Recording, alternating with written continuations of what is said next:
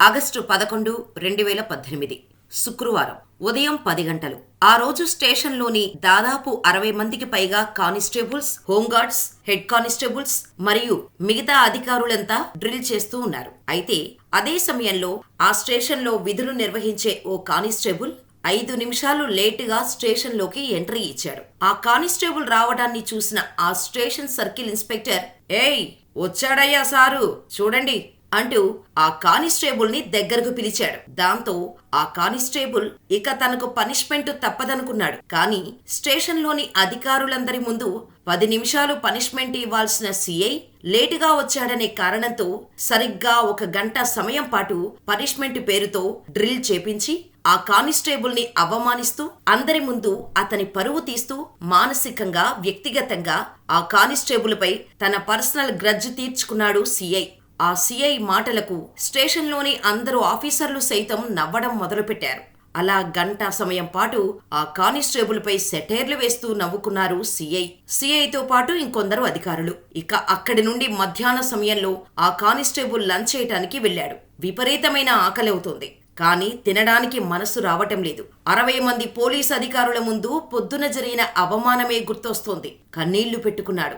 ఏం చెయ్యాలి అని ఆలోచించాడు. చివరికి పెన్ను తీసుకొని ఓ పేపర్పై తన రిజిగ్నేషన్ లెటర్ రాసి వెళ్లి సిఐకి ఇచ్చాడు. CI shock. కానీ ఇలా పెన్నుతో రాస్తే చెల్లదు, డీటీపీ చేసుకొని తీసుకురా అని చెప్పాడు సిఐ. పొద్దున జరిగిన అవమానానికి బెదిరిస్తున్నాడేమో అనుకున్నాడు. కానీ 10 నిమిషాల్లో రిజిగ్నేషన్ లెటర్ ని డీటీపీ చేసుకుని తీసుకొచ్చి ఇచ్చాడు. సాయంత్రానికి స్టేషన్లో లీవ్ పెట్టి అక్కడి నుండి వెళ్లిపోయాడు.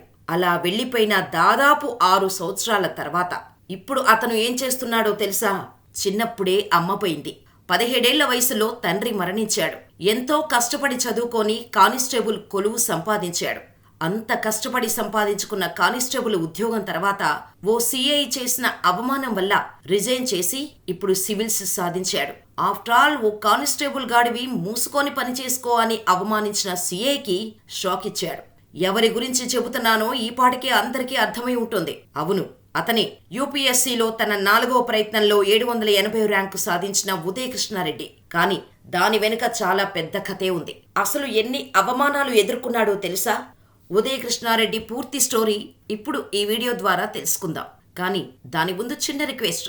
మా వీడియోలు చాలా మంది చూస్తున్నారు కానీ మా ఛానల్ని సబ్స్క్రైబ్ చేసుకోవడం మర్చిపోతున్నారు. మా వీడియో చివరి వరకు చూసిన తర్వాత మేమిచ్చే ఇన్ఫర్మేషన్ నచ్చితే మా వీడియోను లైక్ చేయడంతో పాటుగా మా ఛానల్ని సబ్స్క్రైబ్ చేసుకుని పక్కనే ఉన్న బెల్ ఐకాన్ కొట్టేసి నోటిఫికేషన్ ఆన్లో పెట్టుకోండి. చివరిలో మీ అభిప్రాయాన్ని మాకు కామెంట్ చేయడం మాత్రం మర్చిపోవద్దు. ఇక వీడియో స్టార్ట్ చేసేద్దాం. ప్రకాశం జిల్లాలోని సింగరాయకొండ మండలం ఓళ్లపాలెం గ్రామానికి చెందిన ఓ రైతు కుటుంబంలో జన్మించిన ఉదయ్ కృష్ణారెడ్డి తన చిన్న వయసులోనే తల్లి చనిపోయింది. 17 వయసులో తన తండ్రి చనిపోయాడు. అప్పటి నుండి నానమ్మతోనే ఉంటున్నారు ఉదయ్ మరియు అతని తమ్ముడు. ఇక మధ్యతరగతి కుటుంబం కావటం వల్ల గవర్నమెంట్ స్కూలు మరియు జవహర్ భారత్ ఇంటర్ డిగ్రీ కాలేజీల్లో డిగ్రీ వరకు చదువుకున్నాడు ఉదయ్. అలా తన ఇంటర్మీడియట్ తర్వాత కానిస్టేబుల్ పరీక్షలు రాసి ఎంపికై డిగ్రీ లాస్ట్ ఇయర్ స్టార్టింగ్ లో అంటే 2013లో కానిస్టేబుల్ గా పోలీస్ సర్వీసులో చేరాడు ఉదయ్. ఏపీ 2014 ఎలక్షన్స్ లో వాళ్ళ ఒంగోలు హెడ్ క్వార్టర్స్ లోనే సంవత్సరం పాటు సర్వీస్ చేశాడు. అయితే 2014లో కానిస్టేబుల్ గా గుడ్లూరు పోలీస్ స్టేషన్ లో మొదటి పోస్టింగ్ తీసుకున్నాడు. అయితే అప్పటికి ఉదయ్ టార్గెట్ కేవలం కానిస్టేబుల్ మాత్రమే కాదు, కెరీర్ లో ఏదైనా గొప్పది సాధించాలి, సమాజానికి తన వంతు సర్వీస్ చేసే స్థాయిలో ఉండాలి అని కలలు కనేవాడు. దానివల్లే కానిస్టేబుల్ గా విధులు నిర్వహిస్తూనే యూపీఎస్సీకి ప్రిపేర్ అవ్వడం మొదలుపెట్టాడు.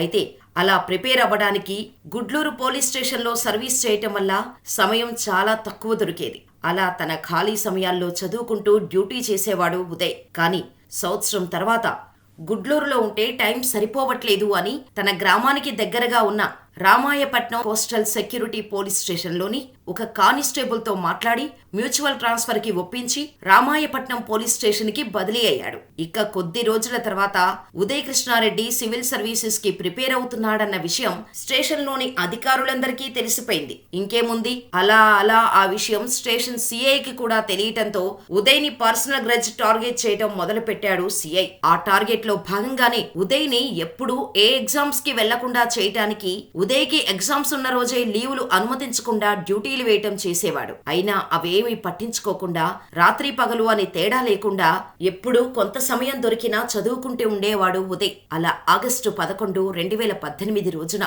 ఉదయం ఎప్పట్లాగానే ప్రిపేర్ అయి డ్యూటీకి రెడీ అయి వచ్చేసరికి 5 నిమిషాలు లేట్ అయింది. ఇక స్టేషన్ కి 5 నిమిషాలు లేటుగా వచ్చాడని ఆ స్టేషన్ సిఐ, చూడండయ్యా, కాబోయే ఐపీఎస్ ఎలా వస్తున్నారో అంటూ, రండి సార్ రండి, మీకోసమే అందరం ఎదురు చూస్తున్నాం, మీకు డిసిప్లిన్ నేర్పించాలి అని ఎగతాళిగా మాట్లాడుతూ అందరి ముందు అవమానించి సాధారణంగా 10 నిమిషాలు ఇచ్చే పనిష్మెంటు గంటసేపు ఇచ్చి అందరి అధికారులను డ్రిల్ ఆపించి ఈ ఒక్క కానిస్టేబుల్ తోనే 1 గంట డ్రిల్ చేపించి ఆ తర్వాత అందరి ముందే గ్రౌండ్ లో నిల్చోపెట్టి, నువ్వు ఆఫ్టర్ ఆల్ కానిస్టేబుల్ గాడివి, సివిల్స్ ప్రిపేర్ అవుతున్నంత మాత్రాన ఐపీఎస్ ఎవరు నీ స్థాయి ఏంటో తెలుసుకొని పని చేసుకో, లేదంటే నీ తోక కత్తిరిస్తా అంటూ ఉదయ్ని అందరి ముందు అవమానించాడు ఆ సిఐ. దాంతో అదే రోజు ఆ అవమానం భరించలేక రిజైన్ చేసి ఢిల్లీ పోయాడు ఉదయ్ కృష్ణారెడ్డి. కానీ అతను ఇచ్చిన రిజిగ్నేషన్ లెటర్ ని పై అధికారులకు ఫార్వర్డ్ చేయకుండా అలాగే పెట్టి సంవత్సరం తర్వాత అతను ఉద్యోగం వదిలి పారిపోయాడు. ఇప్పటి వరకు తిరిగి రాలేదు. అతనిపై నిఘా పెట్టండి, ఎప్పుడు వచ్చినా స్టేషన్ కు తీసుకురండి అంటూ నోటీసులు జారీ చేయించాడు ఆ సిఐ. ఆ తర్వాత సరిగ్గా ఏడాది తర్వాత యూపీఎస్సీకి ప్రిపేర్ అయి ప్రిలిమ్స్ పరీక్ష రాసి నానమ్మని కలవటానికి ఓ రోజు ఇంటికి వచ్చిన ఉదయ్కి షాక్ ఇచ్చారు పోలీసులు.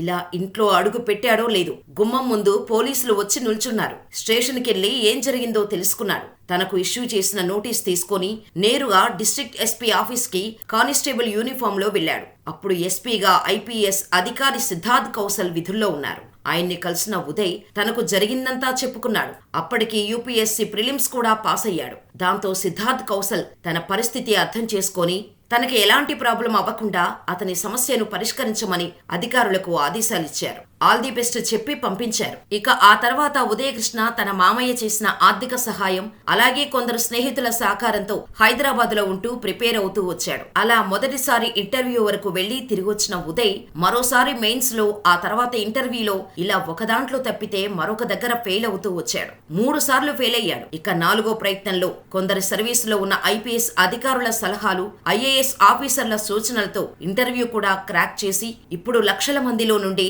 ఆల్ ఇండియా 780వ ర్యాంకు సాధించాడు. అయితే ఉదయ్కు ఇండియన్ రెవెన్యూ సర్వీసెస్ కేటాయించబడినప్పటికీ ఉదయ్ లక్ష్యం మాత్రం కేవలం ఐఏఎస్ మాత్రమే. దానికోసం మళ్లీ ప్రయత్నిస్తాను అంటున్నాడు ఉదయ్ కృష్ణారెడ్డి. అయితే ముందు నుండి సివిల్ సర్వీసెస్ కు ప్రిపేర్ అవుతున్నప్పటికీ ఆ రోజు స్టేషన్ లో అతనికి జరిగిన అవమానం మాత్రమే అతన్ని పూర్తి సమయం సివిల్స్ ప్రిపరేషన్ పై ఉండేలా చేసింది అని చెప్పటంలో ఎలాంటి సందేహం లేదు. అయితే సివిల్స్ లో ర్యాంకు సాధించే వరకు ఉదయ్ కృష్ణారెడ్డి నానమ్మకు కానిస్టేబుల్ ఉద్యోగం మానేసిన విషయమే తెలియదట. అప్పుడప్పుడు ఉద్యోగం మానేసి ఢిల్లీకి వెళ్లి చదువుకుంటా అంటే ఉదయ్ నానమ్మ, ఉన్న ఈ ఉద్యోగం సరిగ్గా చేసుకో, పెళ్లి చేసుకుని పిల్లలతో సుఖంగా ఉంటే చూస్తూ ఆనందంగా కళ్ళు మూస్తా, నువ్వు ఢిల్లీకి వెళ్తా అంటే నేను ఉరేసుకుని చచ్చిపోతా అని బెదిరించేదట. అందుకే ఉద్యోగం మానేసిన తర్వాత హైదరాబాద్ లో అండర్ కవర్ డ్యూటీ చేస్తున్నా అని నమ్మించేవాణ్ణి అని చెప్పుకొచ్చాడు ఉదయకృష్ణ.